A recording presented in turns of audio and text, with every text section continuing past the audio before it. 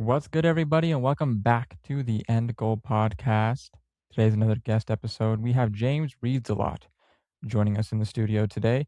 He is somebody who I've met through the BookTok space, somebody who just just through seeing other people kind of stumbled upon him as well, his book recommendations, his account, his channel, his platform. Super fun guy, super chill guy, and honestly, some pretty good book recommendations and even better meme videos. And that's what we're here for, actually, is the meme videos, not even the recommendations. But anyways, today's conversation is really just to talk to him, get to know him a little bit better, get to know the kind of books he likes, the books that he reads. But at the same time, I kind of want to talk to him about life. You know, we try to have a life spin on this channel, and I feel like in some videos we just haven't. But I'm trying to have a life spin with all these guests as well, talk to them about life, their thoughts about purpose, all those things. So without further ado, let's get into the conversation. What's good, everybody? We got James with us. James reads a lot. James, thank you for joining the podcast. Thank you for having me. Glad to be here. I think the number one burning question in everybody's mind when they first meet you, talk to you, come to your account, and I've polled 100 people to ask you this most burning question. Like, what is everybody's most burning question for James reads a lot? And by polling 100 people, I meant 100 of my brain cells. So, Right. the most burning question when somebody meets you: do you really read a lot? Yeah, it's a little tricky and it's a little deceptive. So do I read a lot? Yeah, I would say my name is I read a lot. It's not James reads always. I And see. so and so I think that's the distinctive factor because there are weeks where I will read 5 books, which I think is considered a lot. Mm-hmm. Months where I'm doing like 15 books. And then there are months where I read one or none. But I think as a whole, I think the statistic is if you read more than one book, one or more books a year, you're reading in the 99th percentile or the top 1 percentile of people who read, right? Mm-hmm. So I don't think I read a lot, to be honest, compared to some of my internet content colleagues, but um, I think I read enough. Yeah. What was your did you count how many books you read last year? So I started last uh May. So like I think I bought my first book. By the way, just so you have a little background, I used to read all through like, middle school, high school, elementary. I read in college, and then when I started my business when I was 20, my first business when I was 22, moved into that whole reading about finance, reading about Mhm. business. I wanted to be an entrepreneur, so I was reading up on how to do that.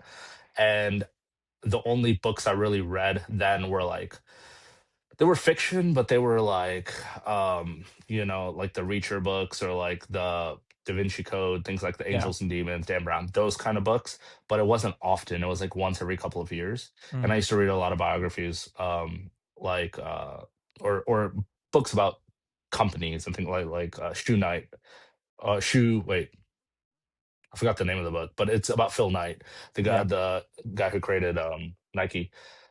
And then last year, I stumbled upon BookTok and I started seeing who are now my friends.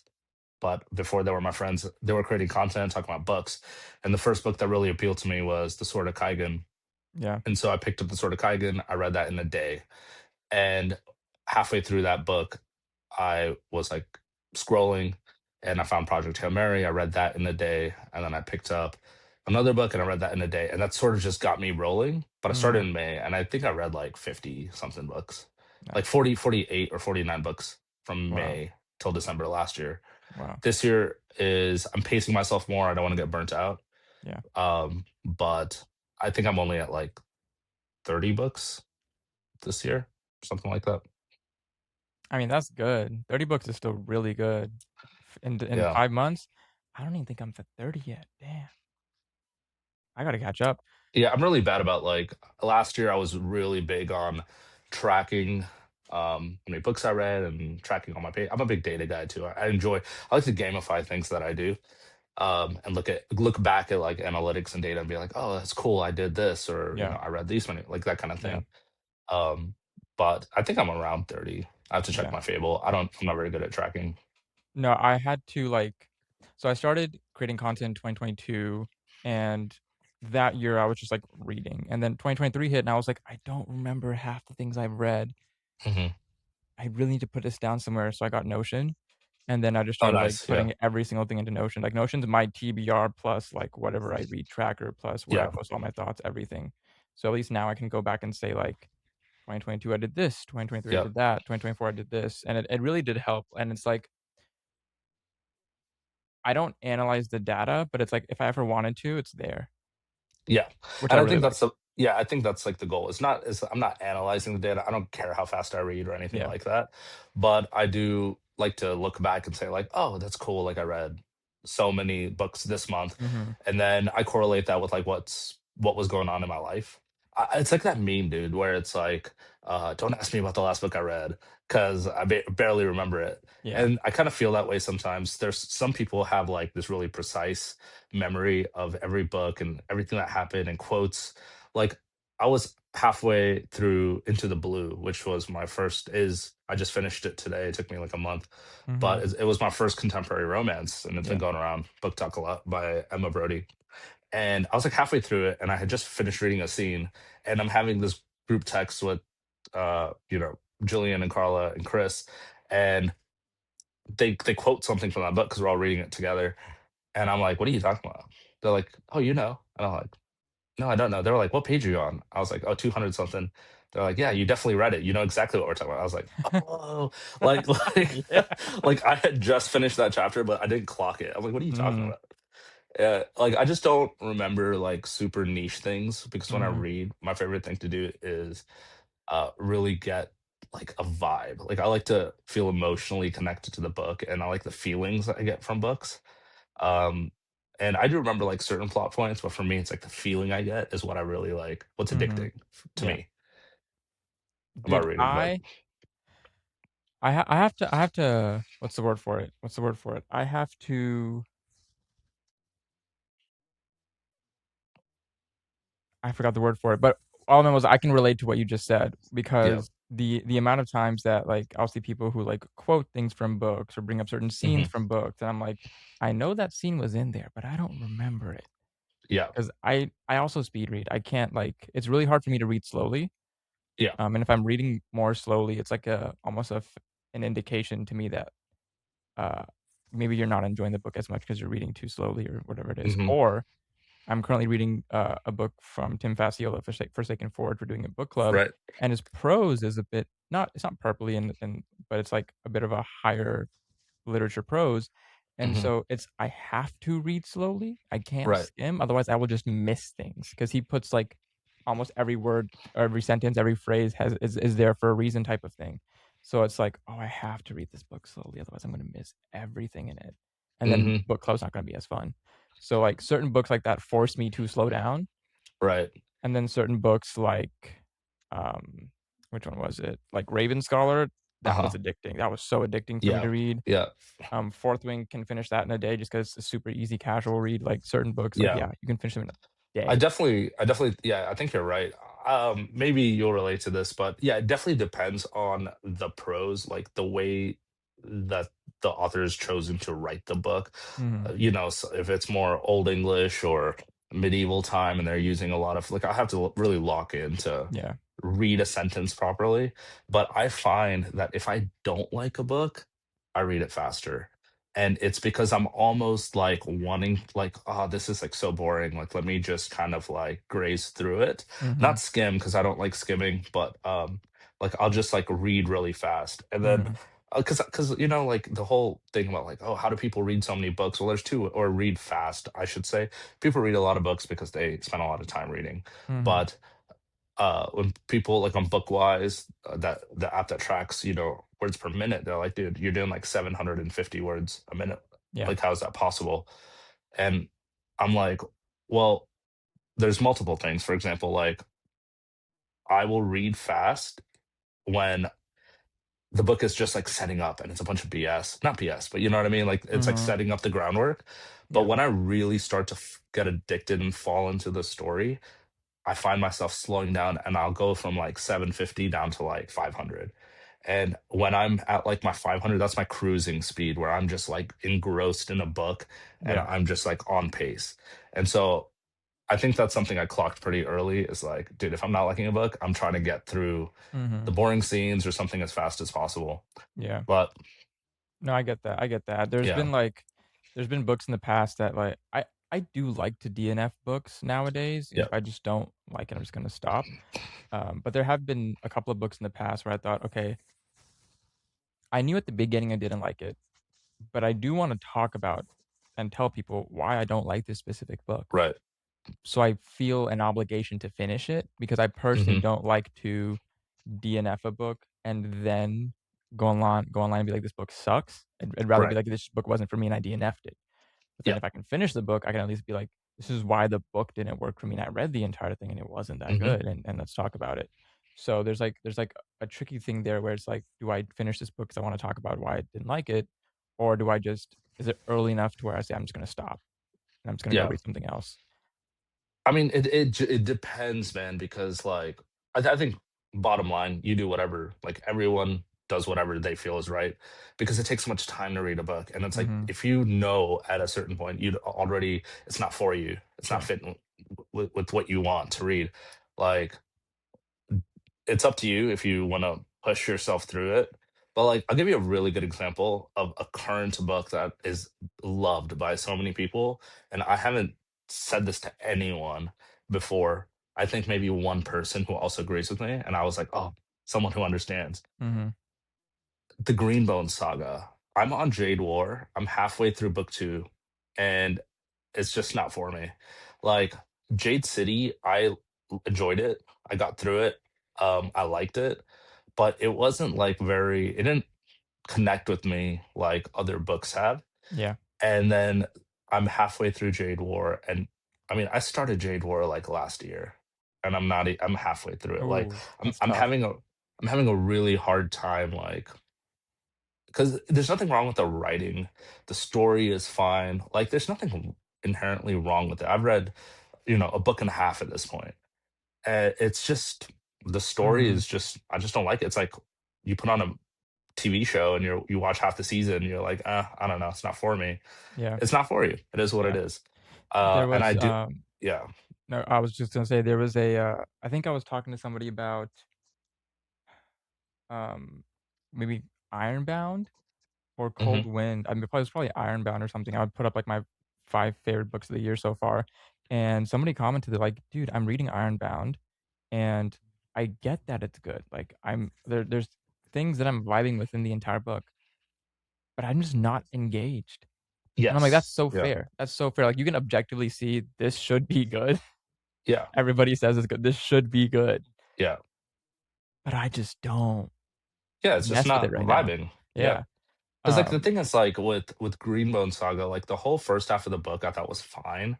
It was, like, set up. I give, especially in trilogies, I give book 1s, like, a lot of grace yeah. because I understand what it needs to be so that it could land later on. Mhm. But, I thought Greenbone Saga got really good in, like, the last 40%. Like, the first it was giving book 1. It was Mhm. fine. I really enjoyed it. I think I gave it, like, 4.5 stars. By the way, I stopped doing star ratings because Same. I think they're objectively dumb. Yeah. But like the ending sequence of Jade City, I thought was fantastic. Like extremely well done. Have you read it by the way? I have book 1 right there in the back. It's on my list to read. I'll probably get to it in July, but, Okay, like, I I'm just for wanted to sure make sure I getting to didn't this year. say anything No, you're that good. was spoilery. You're good. But yeah, like the last 40% was really engaging and the Mhm. ending sequence was really awesome. Mhm. But I just don't really like connect with the characters and I don't know. It's just like book two was again felt like was giving me book one vibes where Mhm. there's a lot of setup and build up. Yeah. Um, I don't know. I might revisit it later because I know. Okay, like I'll give you an example. Another example: Assassin, like Farsi trilogy is Robin Hobb is my favorite author. Uh, for now. Keep Go ahead. talking. I got something for you. Yeah, yeah. And I love her prose. I love the way she writes books. I love the way that it's slow and it drags on. Not in a bad way, but in like she's so descriptive with her with her characters and with the world, that when events happen, good or bad, they just hit like that much harder.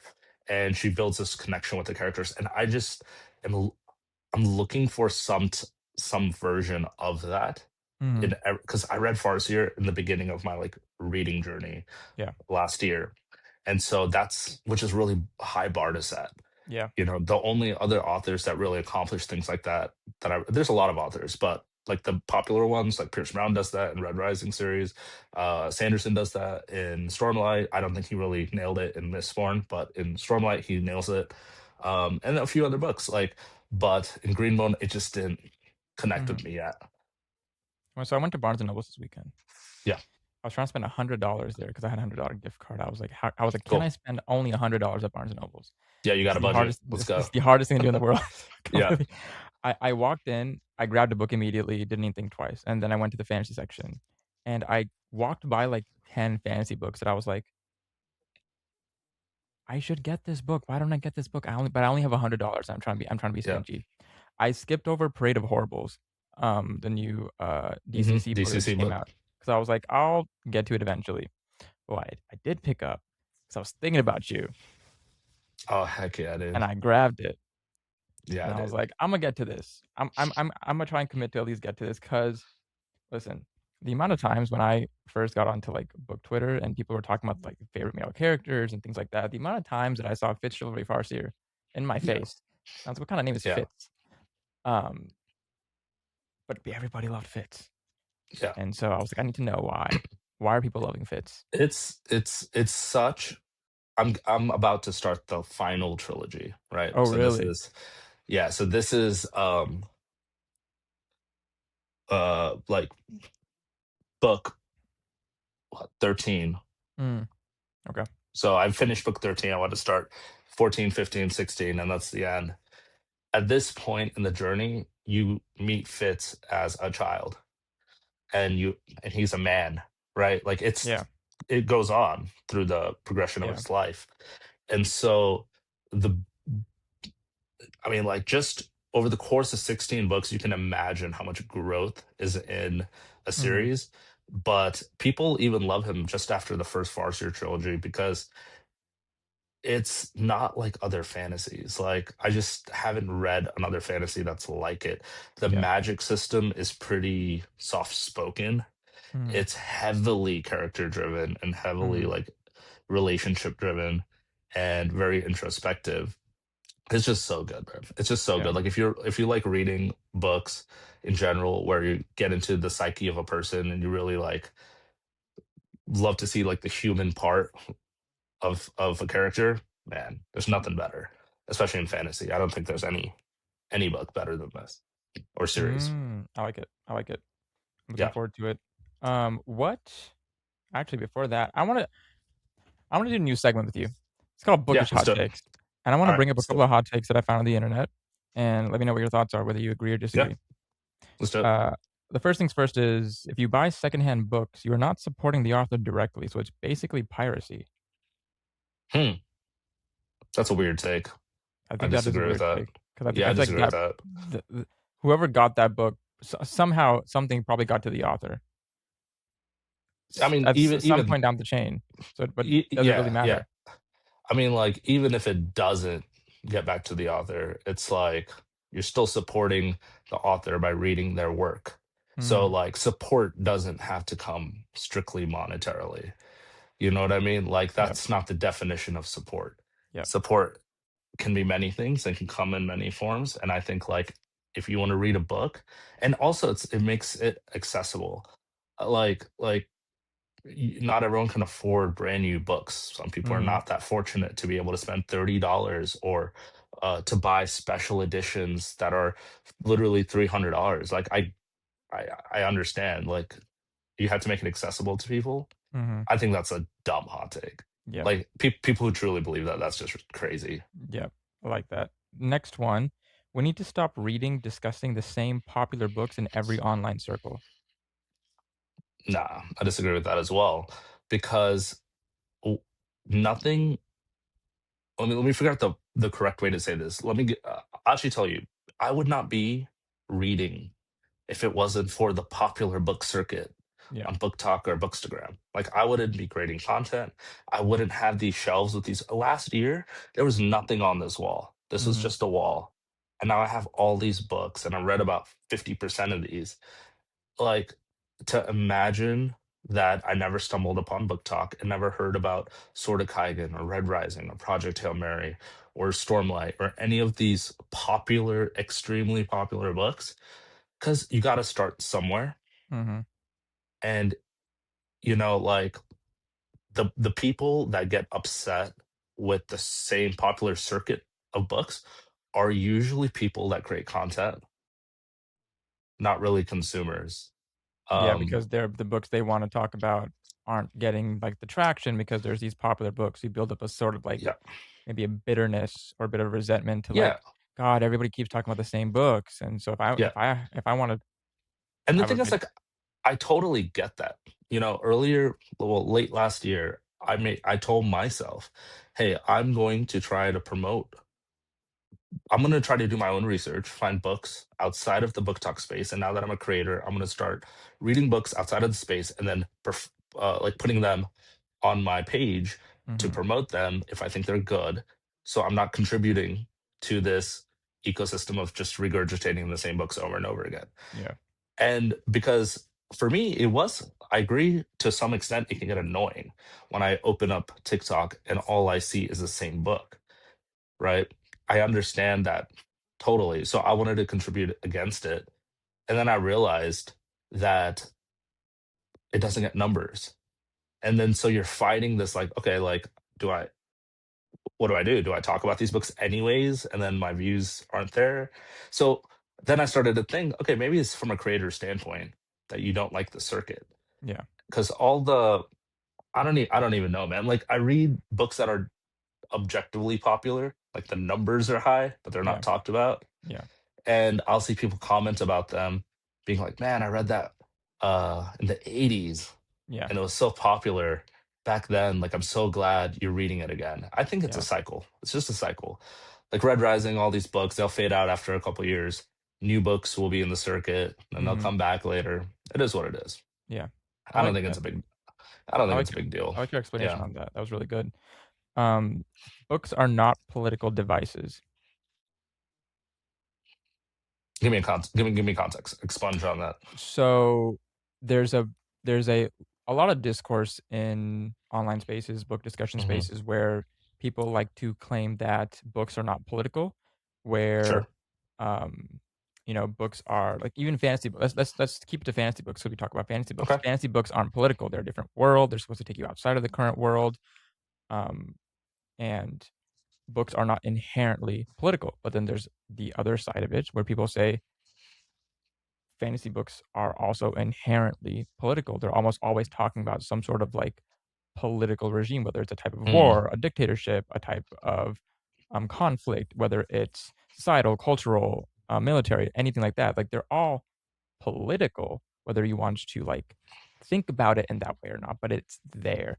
And some Yeah. authors will mask some authors will not make it the focus of their book. They'll just say, political warfare Yeah. is in the There's this book. conflict. There's this conflict, Yeah. etc. And that's like the small level. And the highest level is when the book is itself political, whether it's trying to push a specific type of Sure. like um, thought, theory, theme, whatever it is. Yeah, I definitely think So, that's a great argument between like two authors like Brandon Sanderson, who doesn't really whose books are always about conflict, about rich and the poor, about the power and the powerless, mhm, the oppressors and the oppressed. And then you have someone who's overtly political, like R.F. Kuang, right, who is obviously currently in like a lot of right, controversy or whatever.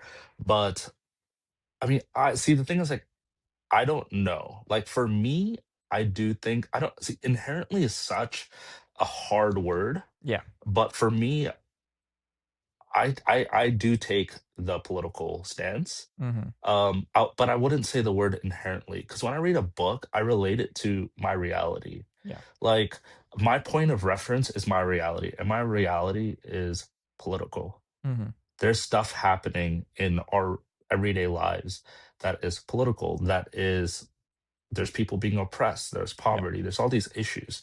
There's also really good things in this world. But for me, when I read a book, I'm taking everything in. I don't want Mhm. to be in the shadows or blind myself to what's really going on. Yeah. And I think that's okay. Like, I'm with open arms. I want to hear the criticisms. I want to hear the discourse. I want to hear, the stories of oppression, the stories of poverty, the stories of slavery, the stories of all this. And I want to reflect on it from my perspective in a personal way. Mhm. I think that it becomes a point of contention because it makes some people uncomfortable Right. to think about those things, and therefore, by them saying books are not inherently political, allows them to not think about it, Mhm. basically.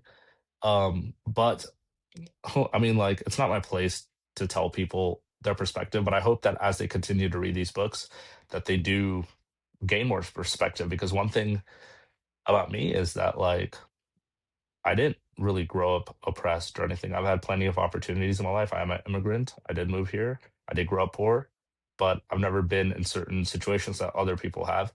Mhm. And therefore, when I read books, I'm reading them from my viewpoint, from my place in Right. life.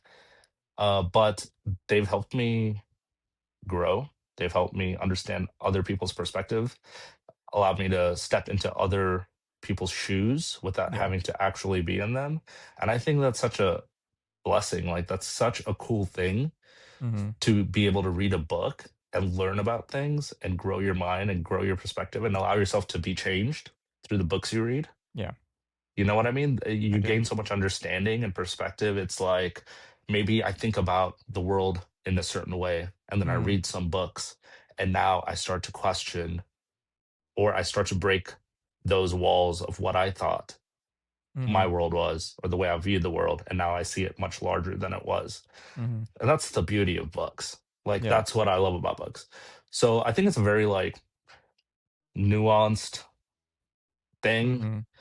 I just don't like the black and white of arguments in Yeah. general, not just this, but in general, saying like books are inherently political, books are not inherently political. Like, I don't know. That's such like a based way of thinking of that topic. Yeah. I think that it does contain politics. Every fantasy book has some power struggle. Like I mentioned earlier, it's just you have to choose to receive it. Like, you have to choose to receive all of the book. And I hope that as people read, that they consume all of it, and not just the fighting, and not just the Mhm. love story or the romance, or, this like chosen one story, like all the good things, but Yeah. even the bad, and look into every aspect of a novel, top Yeah. to bottom, and reflect on it. I think that's what people should be doing, opposed to just arguing whether books are inherently political or not. Mm. I wanna be honest with you. I same immigrant, but grew up very sheltered, Yeah. very fortunate with my family, and so I and we also didn't talk about politics in my Oh, house. It no, was it wa never. it was a very quiet Yeah, yeah, yeah. topic. It was a non-existent topic, and so I Yep. never talked about politics with anybody. I was always afraid to because I was ignorant, I was uninformed, I just didn't have my own opinions. Yeah. So, fast forward all the way to, like, 2022, 2023 when I started reading again, still read the books for fun, didn't really pick up on a lot of political themes. I picked up on other, like, Mhm. themes that I'd learned how to pick up in, like, English class back in the day or whatever it is, right? Like, the themes and all the metaphors and stuff like that, but, coming onto BookTok, talking with people and seeing what people would pick out of books, like fantasy books, I was like, Mhm. I used to be one of those people that I was like, "Why are you bringing politics into my fantasy book? Like, let me just have Sure. fun." And then I started to once I lived on my own job, all that stuff, and I was like, "I need to pay attention to what's happening. I need to Mhm. actually, like, go out and seek it in order to understand it." I would go out and seek it, learn, absorb, feel what's happening, and then now I read and then not now, but after that, I would read books and think, "Oh, I see that now. Mhm. Oh, I get that now." Yeah. Or, um, you know, it's not that, like, this book is throwing it at me, but I can kind of think, "Okay, I see." Like, once again, I can receive it, and I'm okay Yes. receiving it. It doesn't make me uncomfortable to receive it. Exactly. It honestly enhances a little bit of the reading because you're receiving another layer of the book. Yeah, You know, absolutely. And books are then very heavily layered. yeah, absolutely. And then the greatest thing about it is, just like you, I was reading fantasy for enjoyment, right? And then the first book that really made it like stick. There were many books I read before that were political, but it didn't like stick, Mhm. and I didn't really think about it too much. You know what I mean? Like I clocked it, but it wasn't sticking. And then after I read Babel, Yeah. and then started like looking more into it, um, then I started retrospectively thinking about the books I read previously, which weren't many because I had just Yeah. started reading, and then really started to analyze the political nature and the cultural Mhm. differences and all the nuances that are written in these books that sometimes even the authors as they're writing them are Yeah. kind of blind to, in terms of they're writing a story, but they don't understand the reality of what they're writing Yeah. sometimes. You know what I mean? Yeah. And and you have to start somewhere. That's why I hate the argument. I'm using hate, but you know what I mean. I don't hate it, but Yep. I don't agree with the argument that like this whole culture of like reading diversely, right? I think I agree with it. Everyone should read diversely, but not everyone has the capability to. They're not drawn to it. They're not. It still has to be entertaining. I mean, they have to want to read it, is what I mean. Mhm. And you can't force feed someone to read a book they don't want to read. Yeah. But from my personal experience, even though I started with fantasy, I've now found myself reading all kinds of books. Yep. And it was fantasy that was the gateway into other books. I'm reading books about like historical fiction, about his just history in general. And like it's just drawing me out past what I thought I would read and past what I thought I would enjoy, Mhm. but I started somewhere and it only Yeah. took me a year. Yeah. So I think the people that are strictly one genre type of people, or that's what they think, just give them time, let them keep reading. They will exhaust. They'll be looking, hopefully, like myself, they'll be Mhm. wanting something more, maybe something deeper. Like I said, I read my first contemporary romance book this month and I loved it and I'll probably read more. Yeah. I read um, a book called The Wager about a shipwreck that's based on it's a true story, and it's written from the accounts of the different sailors, and I enjoyed that. It just gets your mind going. I read The Last Kingdom, which is a historical fiction based on the Danes in the early uh, 9th century, I think, Yeah. the early 900s, and when they invaded England. And then that led me to do more research on, like, watch YouTube videos and find more books about Yeah. the actual history, things like that. I think everyone needs a starting point, Mhm. and then they can go from there. Dude, you know one of the biggest, like, gut punches I got just on this topic real quick, and then we can go on to the Yeah, next one, but I was reading Red Rising, and I think it yeah, was Golden Sun, not to spoil it for anybody, but it was a part in Golden Sun where the main character is with the overlord of Mars, and he's in, like, this small circle, and the overlord's attendant is telling them, like, "Hey, we're seeing a little uprising amongst the slave reds," and he says, "Okay, so what are we gonna do about that?"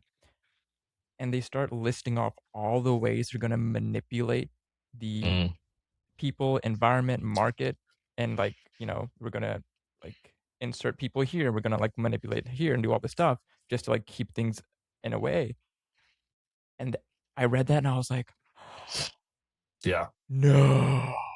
And it's a light thing in the grand scheme of, like, the actual book, but that one just hit me in the gut in terms of, like, a wake-up call type of thing. yeah. And I And I was think like, I "Oh think my that's god." like, dude, you're absolutely right, because I've heard a book talker say this, and I don't remember who, but I clocked it too. Like, you read enough books about this topic, right? Let's use the topic of oppression. Mhm. It's systematic. Like, it is the same thing, whether it's in fantasy, whether it's in real life. I mean, the tools of the trade from the oppressor to oppress are basically the same. Yeah. Like, you know what I mean? Yeah. Like, to take control of power and control a people's group is basically the same tactics. Mhm. And when you that's what I mean. The more you read, you Yeah. recognize those things. So, like, it books can be political for sure. Like, you Yeah. have to be willing. They are. You have to be willing to like recognize those things, and then when you read more books, then you'll recognize it again. When you see it in real life, you'll recognize it in real life. But if you're not open to at least understanding these things or being receptive to these things without being uncomfortable, then you're missing out on, a whole lot of information, I guess, or a whole lot Mhm. of depth that you could be receiving from reading a book. Yeah. The next hot take, and I think it goes back to what we talked about previously, but, like, if you DNF a book, you shouldn't leave a review. No, I disagree. See, like, there's this. I saw this other video. Uh, I don't know if she's a creator or not. I don't remember her name, but she said that hot take, like, if you read, I think it was pertaining specifically to indie books, Mhm. but she said if you didn't like an indie book, don't say anything. And I'm like, Mhm. why? Like, Yeah. why? So you want me to waste my money on a book that I don't like? Like, you don't say that about athletes. You don't say that about like any other people who are in a profession. Like, it's Yeah. okay to be good at something and it's okay to be bad at something. Yeah. And it's okay for you to be better, to grow and get better. Like, I don't like, I disagree with that. Like, Mhm. if you didn't like a book, I want you to articulate why you DNF'd it. If you Mhm. finished it and you didn't like it, I want you to articulate why. And maybe if you're talking about leaving a review on maybe Amazon Yeah. or like a place where they would sell it and Yes. you DNF'd, I agree. Do not leave a review on a place, a retail space of sale, giving it 1 star and saying you DNF. Don't do that. Yeah. But leave a review on Goodreads or Fable or something like that where it Mhm. doesn't directly affect their sales. I want to be able to look up reviews Yeah. and make a decision for myself. But when you do leave reviews on like retail sites, that does affect the author, I think, in a poorer way. Like, it's more Mhm. Yeah. messy. So I would half agree with that. Alright. Books are too expensive nowadays. I mean, that's, I don't know. Personally, I think they were Like, always a bit I on the higher end of affordability in general. It just feels that way now because you're seeing a higher number. Yeah, I mean, books have always been expensive, and I mean, I'm not saying they should be, but like, yeah, they kind of have to be, right? Like, the Mhm. process of getting a book into my hands Yeah. is an expensive process, and I think here's what I think. Genuinely, I think ebooks are too expensive because Mm. because the author can still get 100% of their royalties through ebooks, but why is the publisher making the same amount on something they haven't, like, I understand the licensing portion, but if you take out the goods of printing, the goods of the paper, the ink and the labor, like, why are ebooks the same price? Like, why can't everyone else get fewer, like, less money? The author Mhm. still retains the same amount. So say, Yeah. I don't know the numbers, and I don't know. I'm just making this up in my head. And if someone in the future sees this and they're like, okay, this is why, then I'm cool with learning. Yeah. But like, if a book is $30, if a hardcover is $30, and it's like, okay, the author gets this much, the publisher gets this much, the retailer gets this much, and here's the cost for actually printing the book that's in your hands. Mhm. Cool. But then for an ebook, if you remove one factor, why is it the same price? Yeah. Shouldn't it be like 75% of the cost? Maybe $25 or Mhm. $22 opposed to 30? Like, Yeah. I don't know. That But actually leads into one of the other ones I had for you, so I'll get to that in a yeah. second. But the next one is also around cost. Not just cost, it's something else, but special editions are like the old book boxes, too many everywhere. Mm. Yeah, I agree. But I feel like there's like just a lot of like few years ago it was Fairy Loot and the book box trend. yeah. Now the book box trend has died down a little bit also because I think people have gotten a bit burnt out of like, "Stop sending me shit, I'm hoarding now." Like, I'm Yeah. literally just hoarding books, I'm never gonna get to them, and Yeah. they're just sitting here, and some people like that, but, and they also can't control it for but certain ones, right? Sure. Certain book boxes just have, "Here's what we're giving you." "Oh, this is Yeah, a book I will exactly. They don't never have a read." choice. Yeah.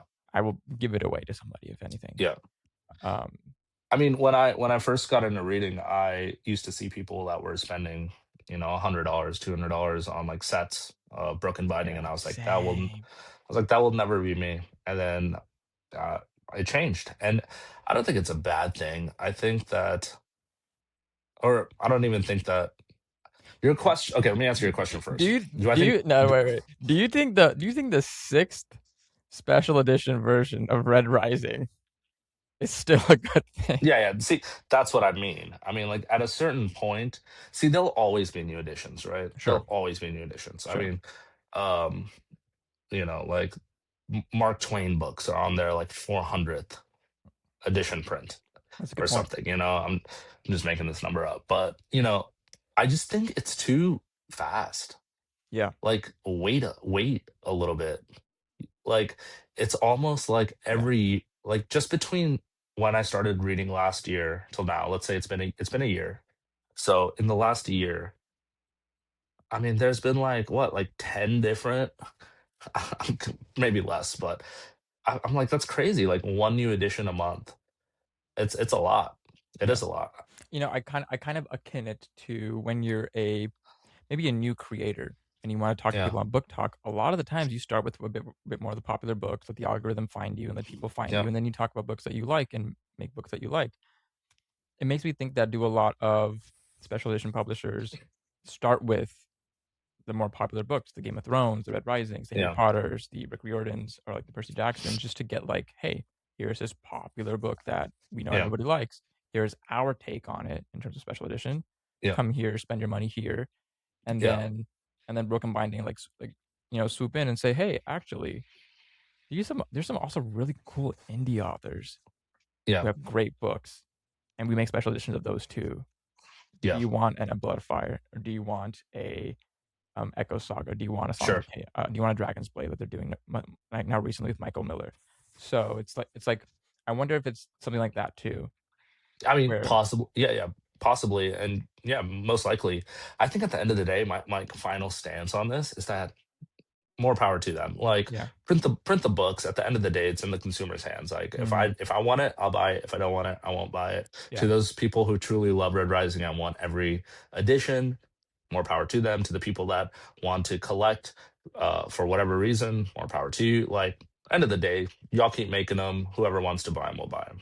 That is what it Alicia will is. never watch this video, but I'm Mhm. looking at you, Alicia. I expect Yeah, every single Red Rising on your yeah. shelf in every Yeah, language yeah. possible. I know. Um, I the mean, I last say that one, yeah, I have two editions of I Red just got Rising. So my first ever one up there, which is like I think EO on like the cover of it or whatever, the red one.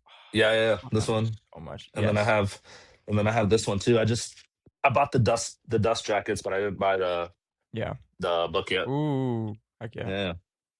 I've actually been thinking from there was a and I will we just talked about if special editions are going too much, and I'm talking about them. There's a website that makes really good special edition dust jackets, and one a creator I used to watch, Neil the Book Guy, has like the Wheel of Time one, like the orange like 12 book Oh yeah, one. yeah, the $1,000 one. Yeah, and so they definitely make cheaper ones, but I thought about, like, "Ooh, some of these would be really nice. Some of these Yeah, would look really nice," and I appreciate that they're like, "You know what? If you don't want the entire book because you already have the books, here's the dust jackets for yeah, cheaper." yeah, And speaking of being cheaper, this is my personal hot take, and I wanna run this by you.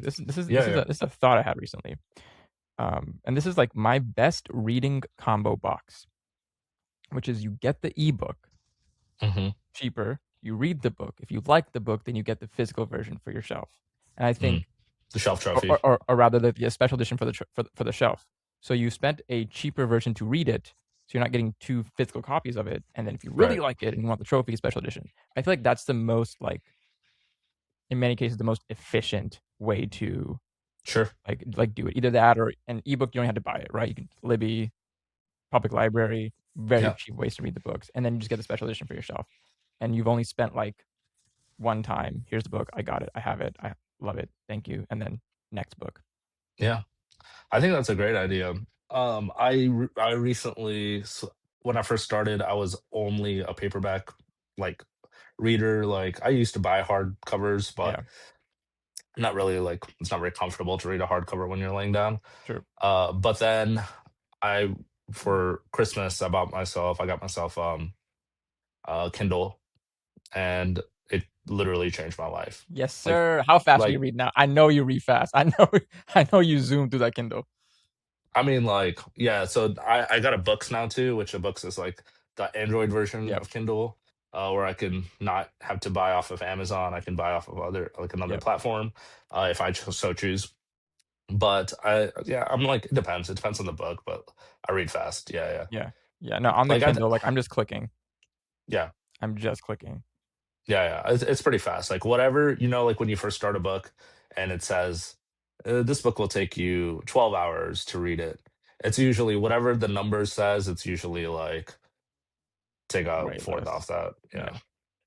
It's 10 hours. It's usually like six and a half, seven. Yeah. Yeah. I like that. Guys, that But has I been think, our hot yeah, take yeah. section. That was fun. I want to pivot us. Yeah, let's do it. Talk a little bit about yourself.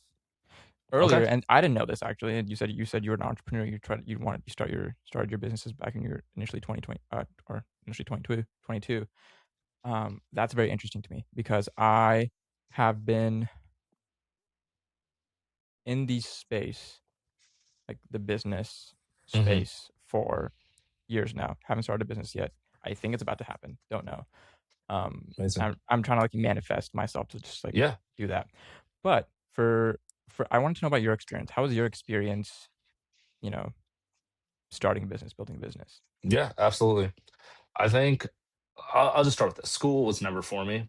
Mhm. Particularly never enjoyed the methodology and the way that school is taught.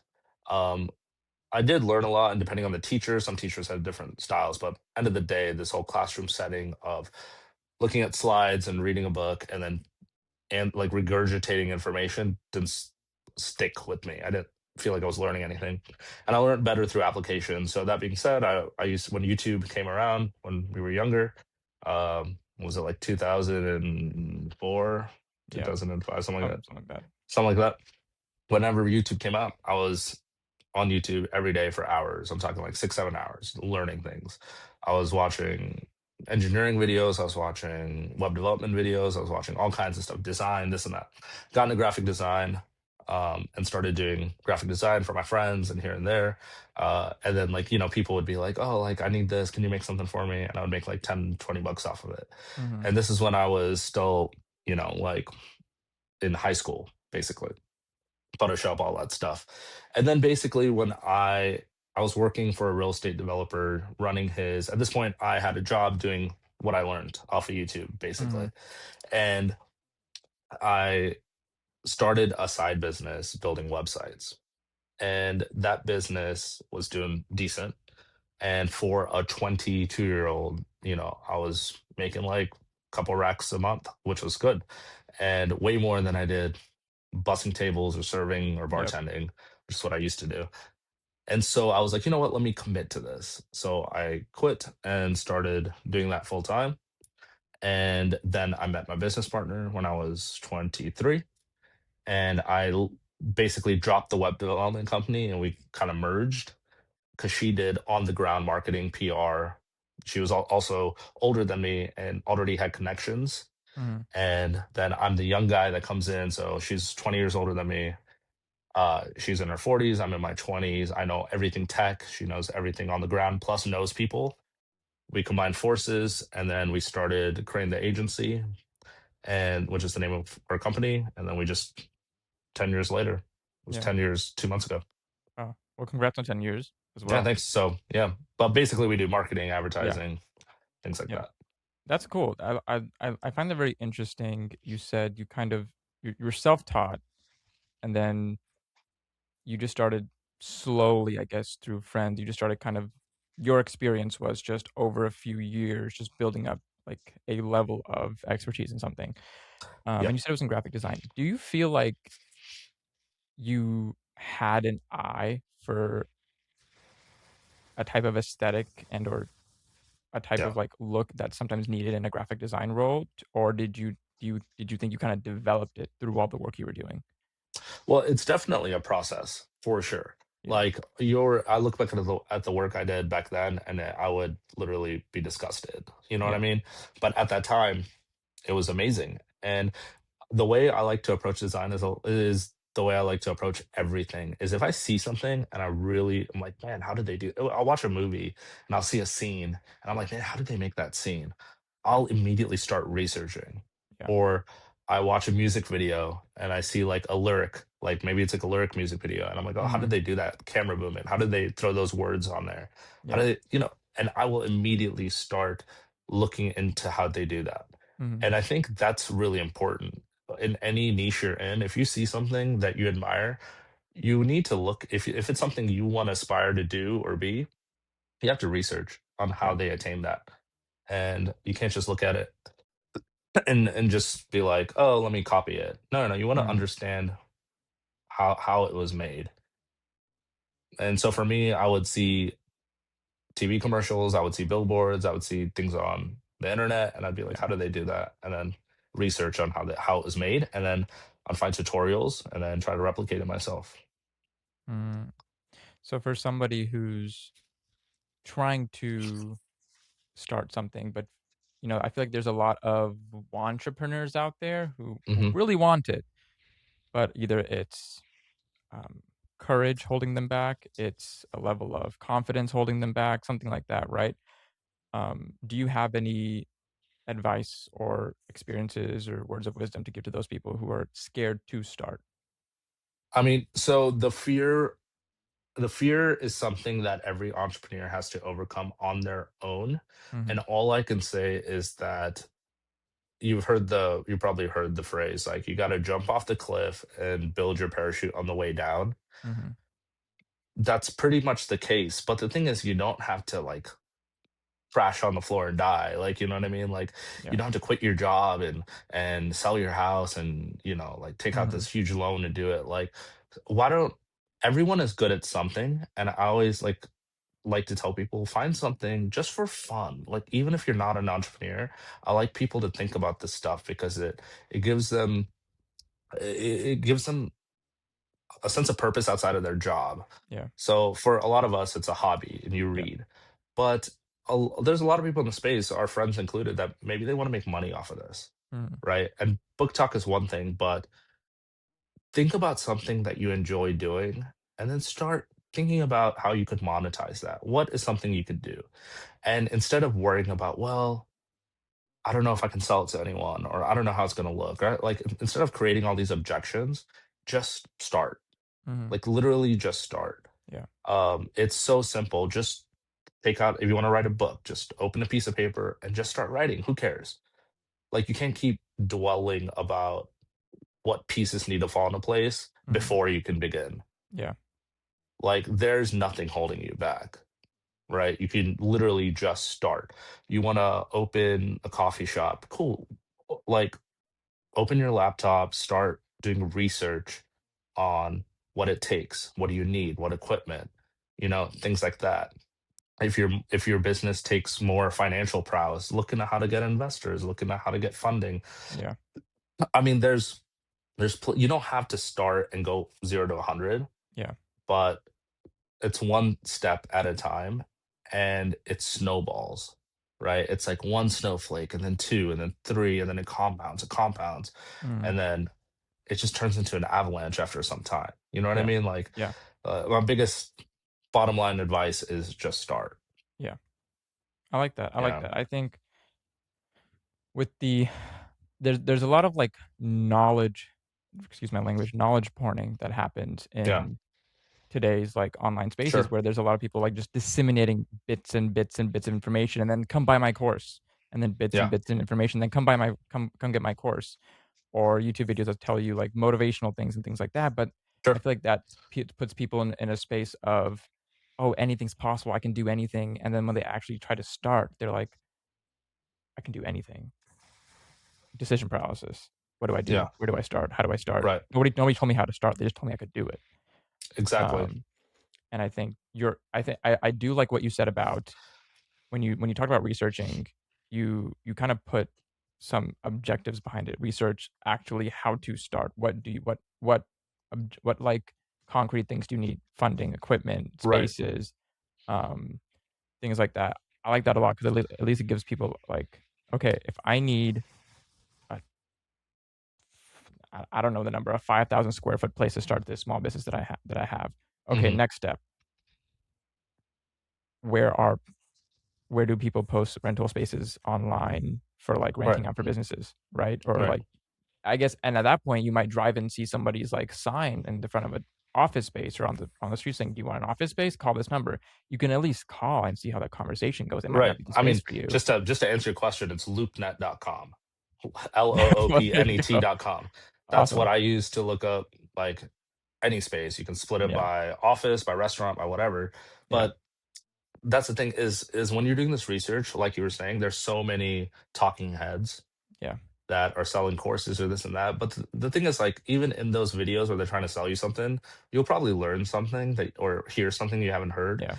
But it's important to start now because there's tons of research you can do, and you're gonna pick all the Mhm. relevant information from all this stuff, and you Yeah, have to come up with your own plan and your own strategy because all these people, it worked for them, and there's no cookie cutter that says that they're in a different city, they're in a different tax bracket, or they're different. yeah, So just take the more concrete, objective information and just place them over here, and then keep building. And you got to figure it out yourself. I mean, that's the thing is do make calls, do research. Don't be afraid to. You do have to overcome the fear of yeah. confidence because you make phone calls, talk to your friends who start businesses. Hey, what did you do? Mhm. How did you open a business bank account? What does it take to start a business? Well, you can go Y down to your courthouse, pay Yep, $23 and get a DBA, right? Then you can take that DBA to a bank and open a bank account with $100. There you go. I just gave it to you. That's how you yeah. start a business. Like, And I never knew that when I was trying to start my online yeah, clothing store. I was like, I don't that was, like, the number one thing I was putting off, which is, like, opening a business bank account. And then yeah, I was like, "Okay, you just gotta do it." I went online, chase.com, open a business bank account. What do you need? Articles of incorporation. Okay, what is that? What do I need? And yeah, it wasn't that jarring because 'cause I'm an accountant. I've seen all these things sure, before, but it's like I'm on the tax side of it when I do things for other people who've already had these documents done. So it's not like I sure, have to worry about how are they getting it done. It's like right, you just gotta give me your tax information. I just need to do your yeah, taxes for you. So being on the other side of this of like, so this is what you have to do to like run the business and like yeah, get it, no, even get it set up in the first place before you can start running it. exactly. And I mean, these are the things that like nobody really told me. yeah. I mean, we literally, when we first started our business, we worked with a lot of solo entrepreneurs that would come to us and say, like, hey, I want to start this business. Can you design a logo and a website? And we're like, yeah. And they were like, okay, so do you guys also know how to open a bank account? And we're like, yeah, you know what? This is what you do. And we used to like train people, our clients who are coming to us for they're coming to us for logos and design before they opened their actual business. Yeah. And I'm like, how are you planning to pay us? They're like, oh, we were just going to pay you. And I'm like, no, no, we're an agency. Like, we would like to work with your business, like your Yeah, business yeah. working with our business, not you working with. I'm sorry, my throat is like messed You're up. fine. You're fine. But yeah, like it's as simple as and do research in your own state, but it's you can start a DBA pretty simply. But then if you want an LLC, there's tools online, or you can Yeah. find a lawyer. It's more expensive. It's around $1,200 for a good solid LLC. Mhm. But that's the way to go if you have the money for it. If not, DBA is a great way to start. Yeah, I honestly didn't even know about the courthouse way because my first thing was, okay, just go to the LegalZoom and set up an LLC first year, like, deduct your startup costs as long as you're making like, selling things something in the first year, if you really Yeah, need I mean, to. you can do it on LegalZoom, but I just prefer not to Yeah, do anything on LegalZoom. It's just better. You can just go down to your local courthouse and right. ask them for their DBA section, and then Mhm. just fill it out. And as long as you just put your name, your social, some information, and then like where it says name of business, as long as it's not taken in your state, you're good to go. Wow. That's Yeah, brand new information. yeah, I love that. yeah. It's like Um, 20 to 30 bucks depending on your state. wow, that's so much cheaper. Dang. Uh, okay, next thing. Have you ever heard of the ideal day exercise? No. So this is one that I learned about in 2022, and I do it every single year. I do it at least once or twice a year, where Hmm. it's from who you are now, project yourself 10 to 15 years down the line, and think about what would your ideal day be? Like morning to when Mm, you wake up to when you go to bed, what would your ideal day look like? And I wanted to ask you to do this exercise with me today. sure. 10, 15 years down the line, what would your ideal day look like? Let me preface by saying for this exercise, I'm not married. I don't have Mhm. kids. And so for this exercise, I'm going to leave that out of it. Sure. Okay. So, that's really tough, man. These are the conversations I have with my business partner a lot as we were growing our business, Yeah. because that's how we base business decisions is Yeah. on personal growth. We say, where do we want to see ourselves? And as an entrepreneur, someone like myself, it changes all the time. But Mhm. do you want details? Yeah, please tell me.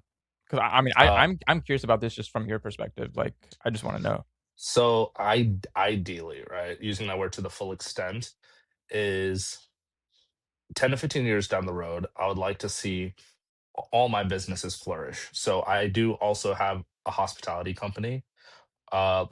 2 years ago, we opened a steakhouse, and then that's out of the picture now. Right now, we're in the phase of concepting.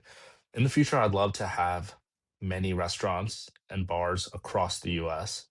So in the morning, I'd like to wake up early, work out, meditate, get my day started.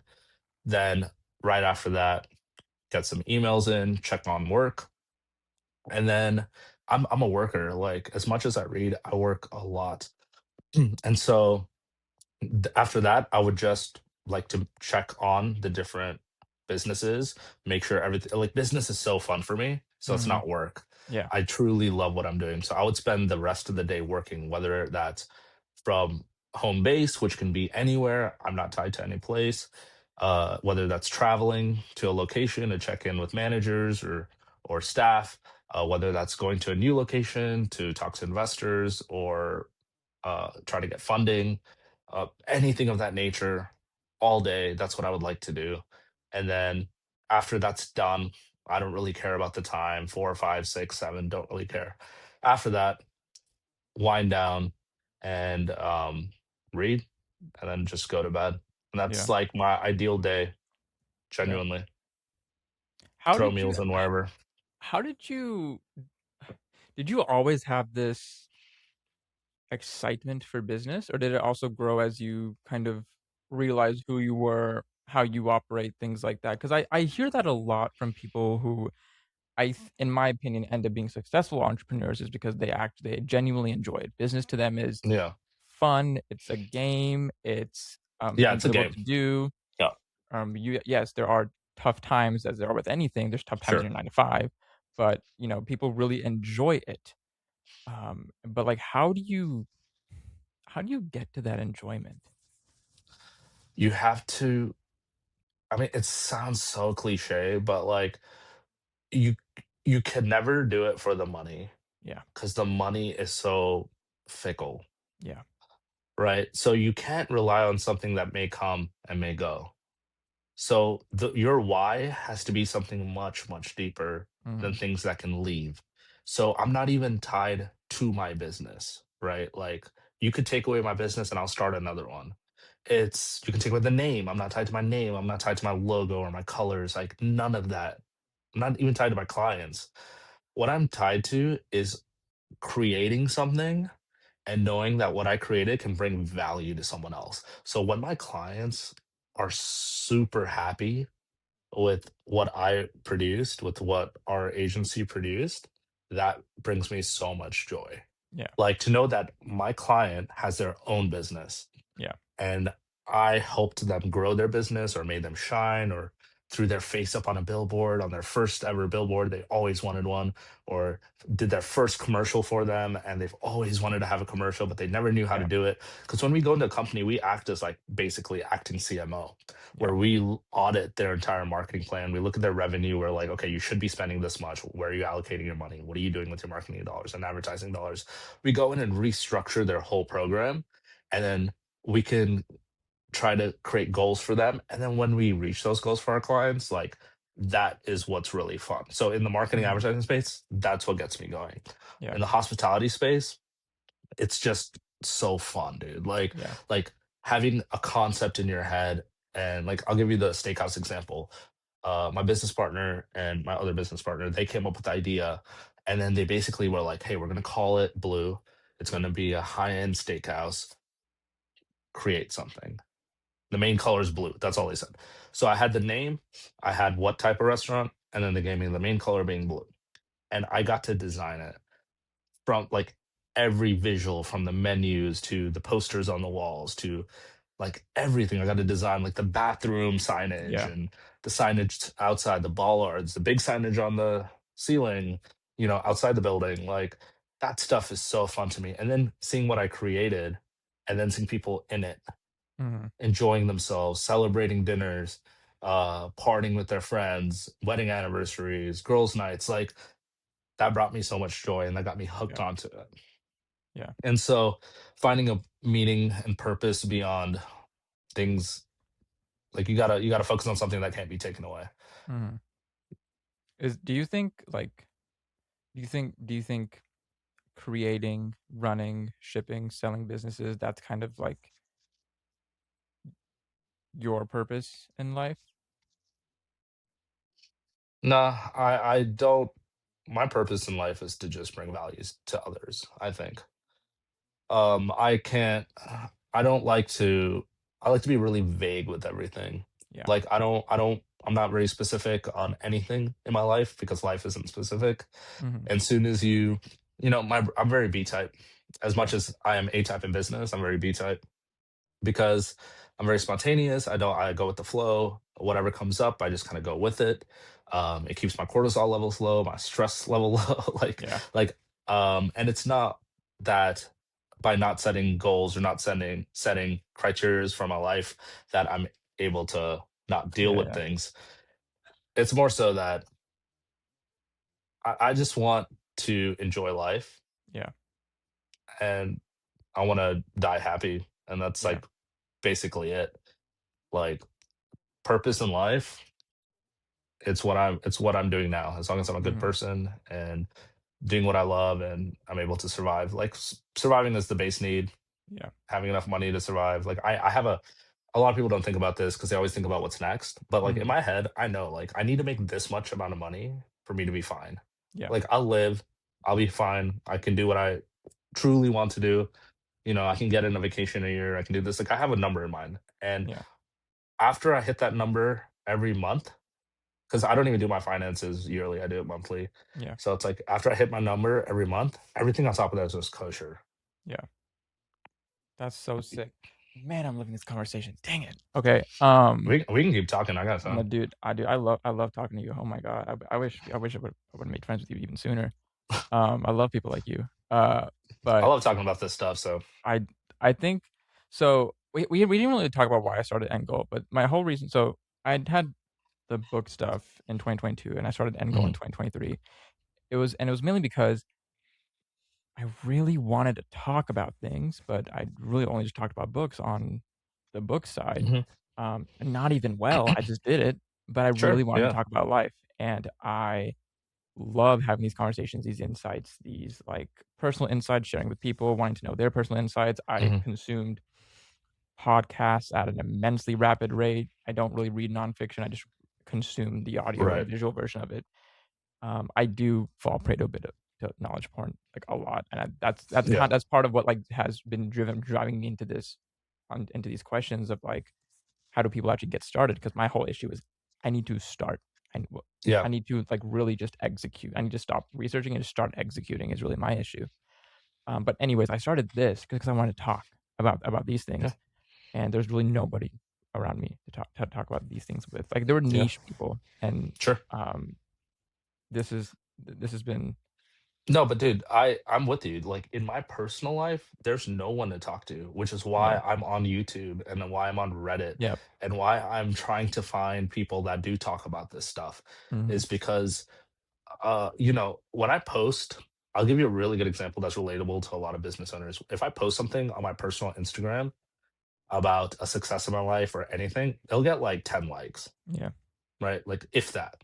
yeah, If I post something on my book talk about my personal life, it'll get literally get like 200. yeah, Like usually when you are a dreamer or you have a vision or you want to create something or build something, the people around you closest to you are always the least supportive Mhm. because they are comfortable with where you are. Yeah. They're comfortable, everyone's comfortable with their life.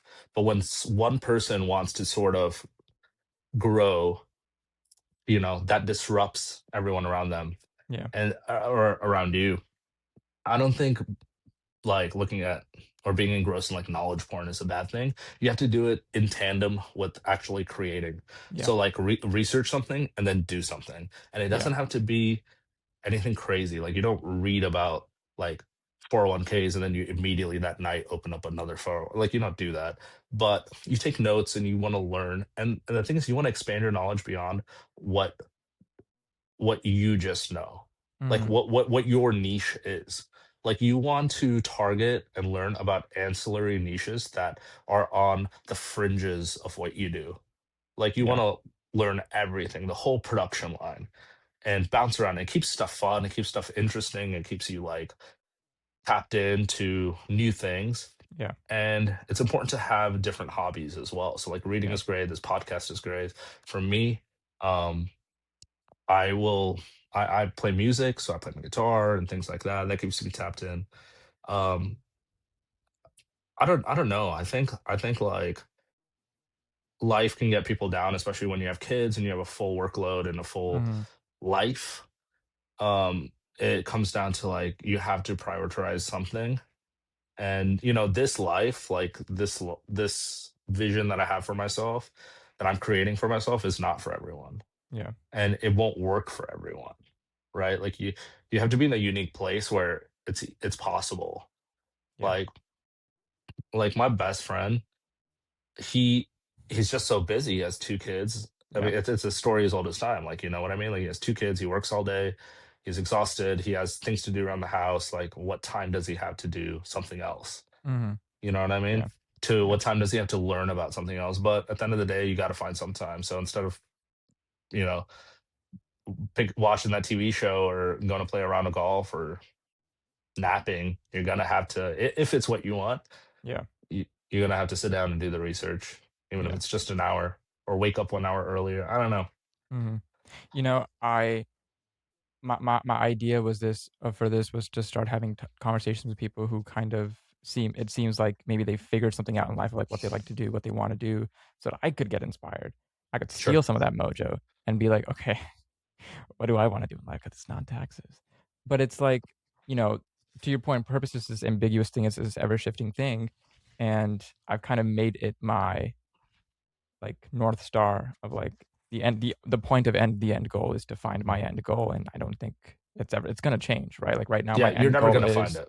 I'm never gonna find it, but I think there's a type of beauty in that, both Yes. tragic and like glowing in terms of like I'm never gonna find it, but it's something to chase my entire life. But it's always gonna be shifting. It's not like I'm never gonna find it. It's gonna be like in No, this no, it's stage of not that life, you're gonna yeah, it's ever it's changing. ever It's changing. so So yeah, like let me rephrase. Yeah, yeah, it's not that you're never gonna find it. It's that you're gonna find it in a moment of time, and then you're gonna find your other North Star, and then you'll be mhm, chasing that.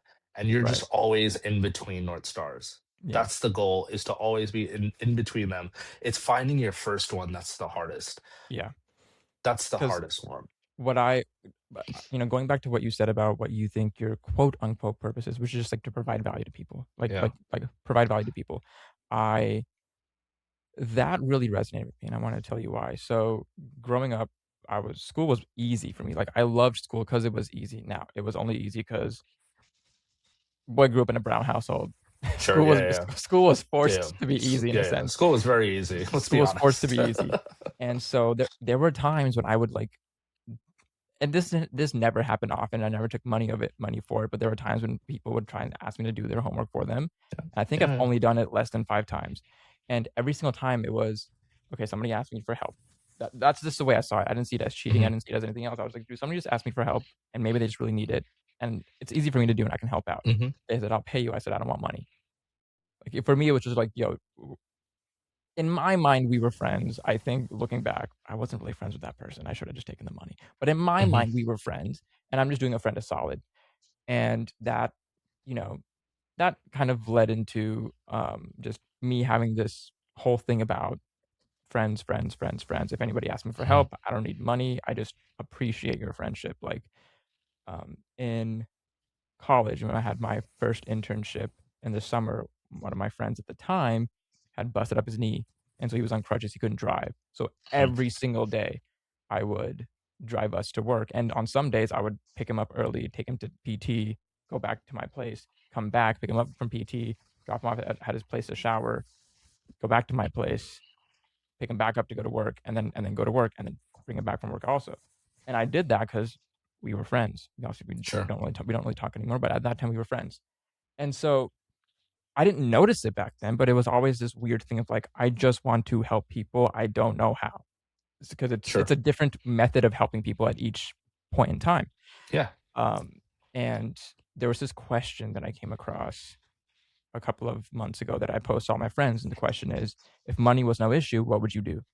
What would sorry, Mhm. if money was no issue, what would you build? What would you create? A friend told me he'd wanna create a coffee shop. A friend told me he'd finally wanna create his, like, huge four-dimension, like, Funland warehouse. Mhm. And other friends said he wanted to create a game, like, game dev company or, like, dev Sure. a game. Yeah. Um, that's my wife. She's like, "I think interior design would be fun if I Yeah. could do that." Like, and she's studying to be a podiatrist and a doctor. I was like, these and everything that somebody wanted to do if money was no issue was not what they were doing. It was they were doing what they were doing to get Exactly. by and whatever it is. And then nobody asked me the question until a friend of mine finally asked me the question in Discord, and I thought about it, and I was like, it wasn't become a book talker, it wasn't become like Mhm. a popular podcaster, it wasn't to have Fableware be super like in the houses of everybody. But really at the end of the day, it was like, I really want to build something that can benefit all of my friends. Like, and I don't know what that looks like. It's Sure. just like every time I think about that, it's what like hits here. It's like what it like makes me a bit emotional because I'm like, that's all I want to do is help other people. I don't give a about myself in that way. Like I just want to help other Sure. people. Yeah. And in that way I know I'll help myself in some way. And so, it's been tough because here I literally think day and night about content. I don't know why. I'm not good. James, I'm Mhm. not good at it. I'm telling you, I'm not good at it. But I think about it day and night, whether it's book talk or Yeah. the podcast or whatever it is, Yeah. and whether it's recording or uploading or posting or why this video got 200 views and the other one and yesterday it's got 1,100, and I don't know what the difference is. So we're just going along with the ride. But and then I think about, okay, is this really a vehicle to help my friends when they need help, if they ever need help in life, whatever it is? Mhm. And I'm like, it's not.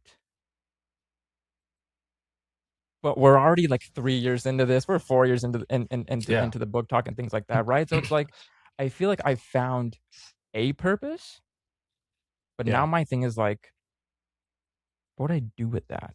You know what I mean? That's been my like that's been my Yeah. question the entire So year. let me just let me play a little devil's advocate, right? And this is coming from personal experience. So like I was the same way since last year, since I started my account. I was engrossed on creating content. I posted every day. And then more recently, since January, I've sort of weaned off. I haven't even posted in the last 4 weeks. I don't think I posted this month. And that's because as my business got busier this past month, I just didn't have the time. But it Mhm. really got me thinking because the whole time while I was working, I was really disappointed that Yeah.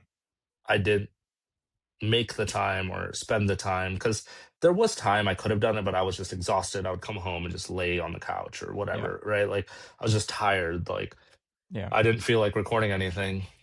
But the thing is, like, don't ever pigeonhole yourself into saying like I've already been doing this for 3 years.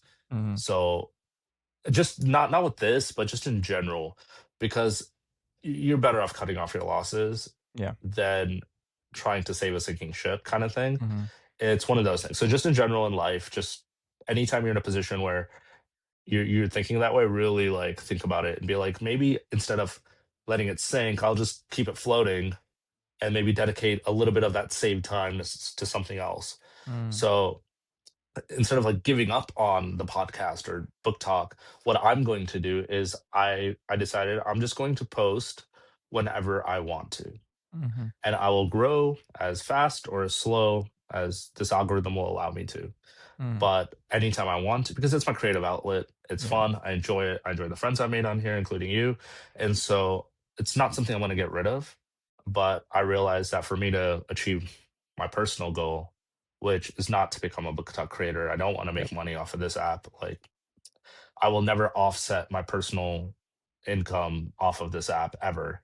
So it's Mhm. like I can do something maybe in my real life that resonates with this hobby that I have. So I'll give you an example. I've mentioned that I like to open like concepts for restaurants and bars. Sure.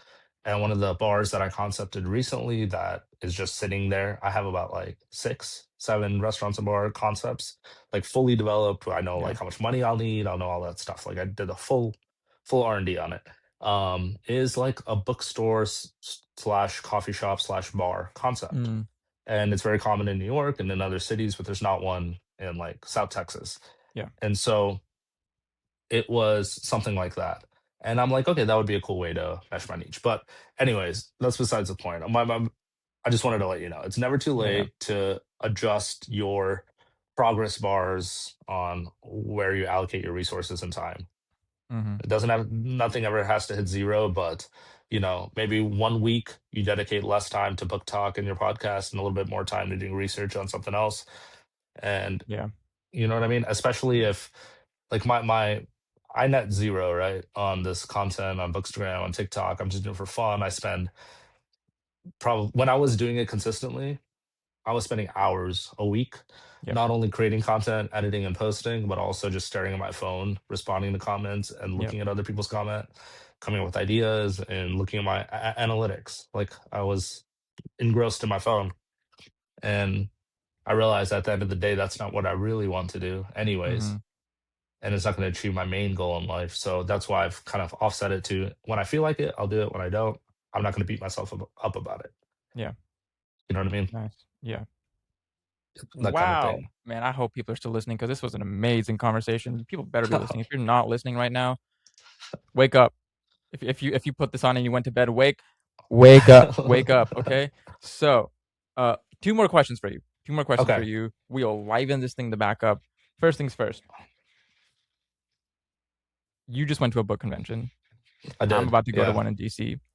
Oh, If nice. there was an an author panel that you could moderate, Mm, who would be on that panel? I'll give you 3 to 5. mm. So I would definitely do Robin Hobb. Yeah.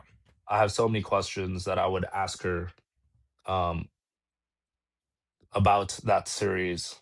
And Mhm. also, like I said, the first big fantasy series I tackled. Um, that's very, very interesting. Very interesting. Yeah, definitely Robin Hobb. I don't want to choose like I'm trying to think of like because the thing is like I don't really care about author panels too much. A lot Yep. of them create content and post about it. So if I were to be talking to an author, it would be for very selfish reasons. Sure. For Robin Hobb, it would definitely be the conversations about character work and decisions she made literally like uh, using literary devices and why she chose certain things, not in the specifics of the story itself, but in the specifics of the way she writes, I guess. Yeah. Um, I would have to say I would probably interview also R.F. Kuang. I think she would be fascinating to ask about less like more of her studies and Yep. because she I listened to her panel when I was at BookCon. And she was just fascinating to listen to, and she had so many stories that she kept cutting herself off because she would start a story about her book and then go off on this like knowledge rant about like, well, back in Cambodia and this and this and this and this and this, and then she'd be like, oh, I'm getting carried away, and I'm like, no, no, no, keep talking, I want to know Yo, she'd be more. great on a Like, podcast. She really yeah, would. like just her level of knowledge and what she knows, I was learning so much, and I was so engrossed listening to her. She'd Mhm. be great to have on. Um, I think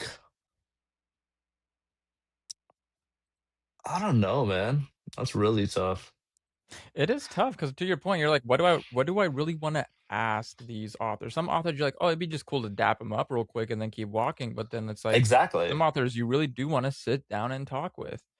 Right. Like Pierce Brown and, like some of these other authors, John Glenn and all Yeah, them, they're awesome, right?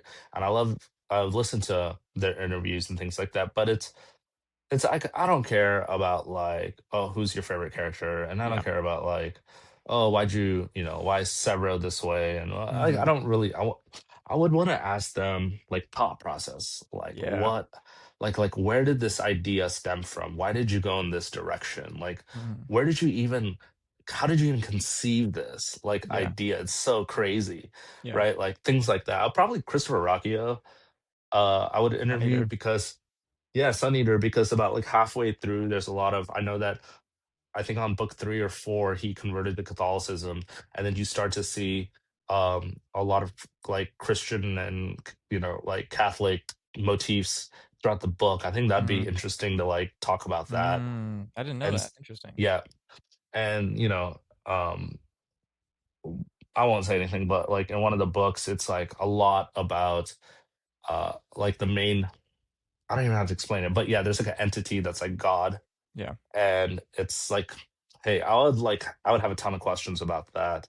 yeah, Um, an author I think I would also like to interview is Dan Brown, because it was in my formative years of reading. Like he really captivated me, and I know he's yeah, like controversial on that end, yeah, but it would be cool to have like Rockio and then like Dan Brown, who's like almost a contentious, like one's like a believer, one's not, but is very like knowledgeable about mhm, the faith of Catholicism and Christianity, writing Da Vinci Code and yeah, like all that. That would be super fun. I don't know. I would like to have a panel with very diverse people that are knowledgeable about what they know, so I can ask them selfish questions and then yeah, even yeah, let them kind of bout it out. yeah. That'd be interesting. Nice, nice. I like that, I like that. Thank you for answering that. Yeah. The last thing, and this is a question that I ask everybody who comes on the podcast. This is an Okay. intentionally vague question, but for somebody listening today, what is one piece of advice that you could give them? Mm, man, just one piece of advice. No, I'm just kidding. Um, This guy pulls out his, like, toilet paper roll and just yeah, let me written piece see. of advice. Man, honestly, I think that like today there's just so much going on, and it's advice I would give myself, and it's something that like I tell myself every day is it sounds so stupid, but like sometimes you can only like just focus on what you can control, and the things you can't control, just let it be. Like just do what you need to do. I think most of us have a solid foundational understanding of what we need to do in our personal lives to succeed, to make our spouses or our parents or our siblings happy, to make our coworkers, happy, to bring value to the people around us, and to be a good and contributing member of society. I think that it's okay to have days that are good and days that are bad, and to give yourself a lot of grace. But at the end of the day, just focus on the things you can control and don't let the things you can't get to you. That'll be it. Awesome. Jamesreadsalot, thank you for joining me on the Thanks, podcast man. today. Appreciate Everybody, it, we dude. will This was catch you in the fun. next interview. Yo, thank you, and Imma get you back on maybe in the second half of the year next year. I love having these conversations. I didn't know how much of a life thinker you were, and I Yeah, dude. appreciated this conversation, especially that Yeah, part in the man. middle. It gave me a lot to think about, so Bro, give me a call. We'll just chat it up anytime.